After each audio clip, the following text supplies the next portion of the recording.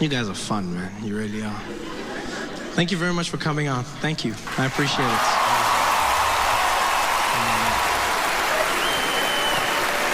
I really appreciate it. It means the world to me. And I mean that, literally. But I probably never would have traveled the world were it not for stand-up comedy, you know? I'm the first person in my family to ever board an airplane. First person in my family to ever get kicked off an airplane. I would have never learned about America. I would have never come out to places like Washington, D.C. I would never learned to drive on the other side of the road. I would have never learned about charming racism had I not come to this beautiful country. Yeah. Probably something that changed my life forever. Charming racism. Classic American charming racism. I never knew there was such a thing growing up.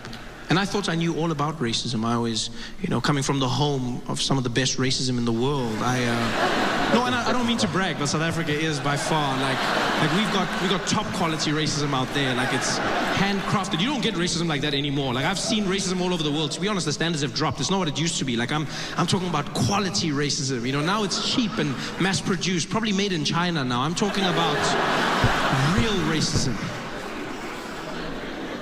I discovered charming racism in a place called Lexington, Kentucky. I don't know if you've ever been, but you really need to go. It's a beautiful place.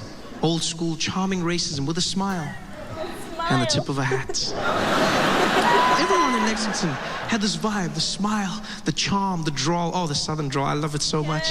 They would speak out there. The grammar's horrible, but it's still beautiful. Because the sentences don't really make sense. They'd be like, y'all ain't never done gonna see none of them out. It's like, that's not English. Your autocorrect is broken. I don't know what that is, but it's beautiful. In fact, when they speak really fast, sometimes it sounds like someone's playing a banjo inside their mouths. That's what it sounds like to me. I asked two men for directions, and they started arguing. It was the most beautiful sound I've ever heard in my life. The guy was like, where are you going, boy? I said, I'm going to the theater. Can you direct me? He said, oh, you're going to get on the way on the road.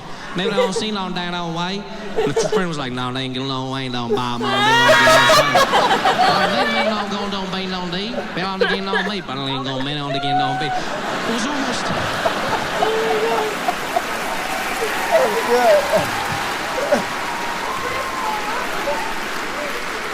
It sounded like someone started a Mumford & Sons concert in their mouth.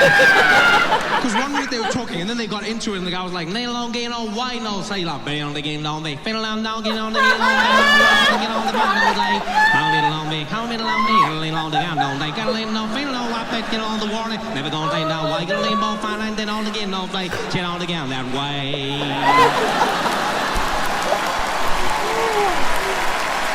Oh my goodness. Nigger.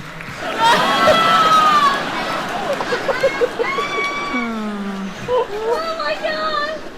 The reason I'll never forget Lexington, though, is because I met a woman out there. No. A gorgeous, gorgeous woman. I'll never forget her till the day I die. She walks into the lobby of the theater where I was standing with some friends, and she was absolutely stunning. A classic Southern belle. She had long, big blonde hair. Giant boobs. And she strutted herself into the lobby, pushing people out the way. She made her way straight for me, came to me, pointed me in the face, and she was like, "Excuse me, baby. Excuse me, honey. May I chat to you for a moment, please?" I said, "Yes, of course. Hi, how are you? How are you, man?" She said, "Honey, I just want to let you know that you are by far the funniest and handsomest nigger I done ever seen." And I was like, what? I was so shocked. Because isn't it most handsome, not handsomest? The grammar is just crazy, man. You guys have been too much fun. Thank you so much for coming out tonight. I had a great time with you. Thank you very much. That was good. Listen, this is one of my favorite specials we've watched in a while. Oh my God!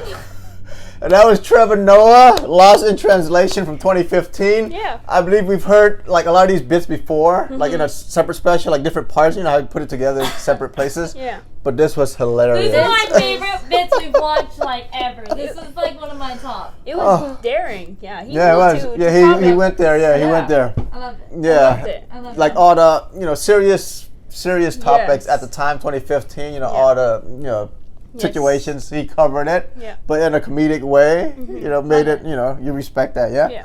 Dude, when he had to brought up those bananas, that shit hit me right in the throat. 'Cause I got detained at the Hawaii airport for one banana. They detained me and made me eat it. They made me eat it. They said, well, you can't waste it. I had to sit there and eat it, and then they let me through. I just like how you had to fill the form knowing that you didn't know a banana could count as an item. Oh, no. I was getting on the plane from here to leave. No, not coming in. No, I know that part. Oh man, yeah. Oh, Because my gosh. you said the world went back to. I mean, everything went back to regular procedure, like after the. Yeah, the right. Yeah, he's like. The Ebola thing was irrelevant going forward. Dude, Like, okay, listen. Kentucky, okay, absolutely. I know people that talk like that. 100%. 100%. He's so spot on with that shit. Also, I haven't been in Kentucky in a few years, but when you cross that Tennessee-Kentucky line, all the radio stations cut out, and it's just bluegrass. Bluegrass.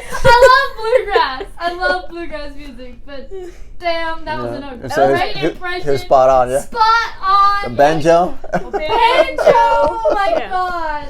No. You do get directions like that. Yeah. I mean, that was my those favorite guys, bit. I don't know if you imagine it, but they're definitely wearing overalls. with Yeah, no shirts that's what I was underneath, imagining. Boots. Yeah. Absolutely. That's what I was imagining. 100%. When he was, Scraggly. yeah, Oh yeah. yeah, hat and everything. Yeah. Yeah. Spot on. Yeah. Anything you would like to mention before we go? Exactly. The dolly, the Dolly bell, Parton, the right? Southern Belle. The last part. Southern Belle. That was just because we don't. I don't know. It's just like she's like the most Southern I can come across. Like talk about frogs and everything. Every time we come in here, and I'm like, I've never had frog Yeah, legs we turn to her for references every in time they Southern. feature Yeah, the South. exactly. Frog legs. Yes. And so Yeah. that just cracked me up. And it's funny because, like, since I've been living in Hawaii for like almost 5 years, I really lost a lot of my accent. I can hear it. So We could hear it. We could hear it. But I've Y'all lost could hear it. But I've lost a lot of it, and everyone's told me that, like, Yeah. who've known me for 5 years here.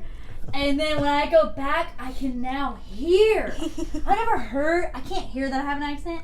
And then until I came here and heard other people, then I was like, oh. Oh, lost in translation. I Lost still in can't hear me, translation. but when I talk to my cousins and like my family, I'm like, oh, is this one? Oh no!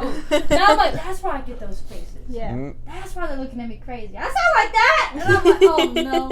So every time I go visit, they say it gets stronger when I return, and it has to like whittle away again. Yeah. I liked it. That was my So we favorite. will have more Trevor Noah on the channel. I believe there's a few more stand-up that we haven't covered, but like this one, I think it'll be like bits that he's covered in other stand-up, but put into one. Yeah. Yeah. So if you do like our reaction, please like, comment, subscribe. Also hit the notification bell, and we'll catch you in the next one. Ta-ta for now.